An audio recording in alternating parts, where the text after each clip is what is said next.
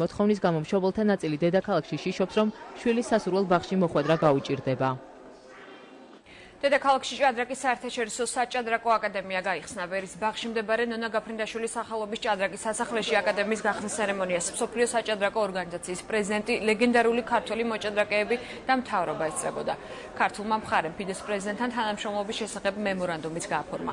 აკადემიაში საწვრთნელ პროცესს საქართველოს ეროვნული ნაკრების წევრები და ასაკობრივ ჩემპიონატში გამარჯვებული ახალგაზრდა სპორტსმენები გაივლიათ.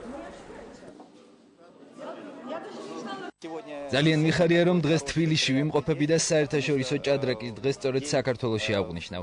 საქართველოში უდიდესი ტრადიციები აქვს ჭადრაკს და არაერთი ლეგენდარული სპორტსმენი ყავთ.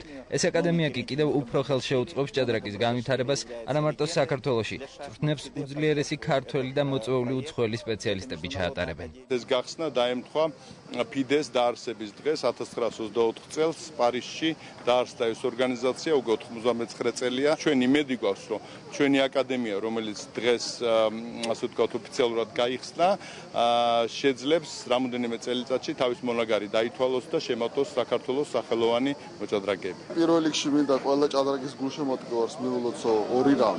პირველი ეს არის ჭადრაკის საერთაშორისო დღე და მეორე რაც ყველა ქართველი ბავშვისათვისა და მოჭადრაკისათვის მნიშვნელოვანი არის ჭადრაკის საერთაშორისო აკადემიის გახსნა, რომელიც არის ჩვენი ხვალინდელი დღე, ჩვენი იმედი, ჩვენი მომავალი თაობის იმედი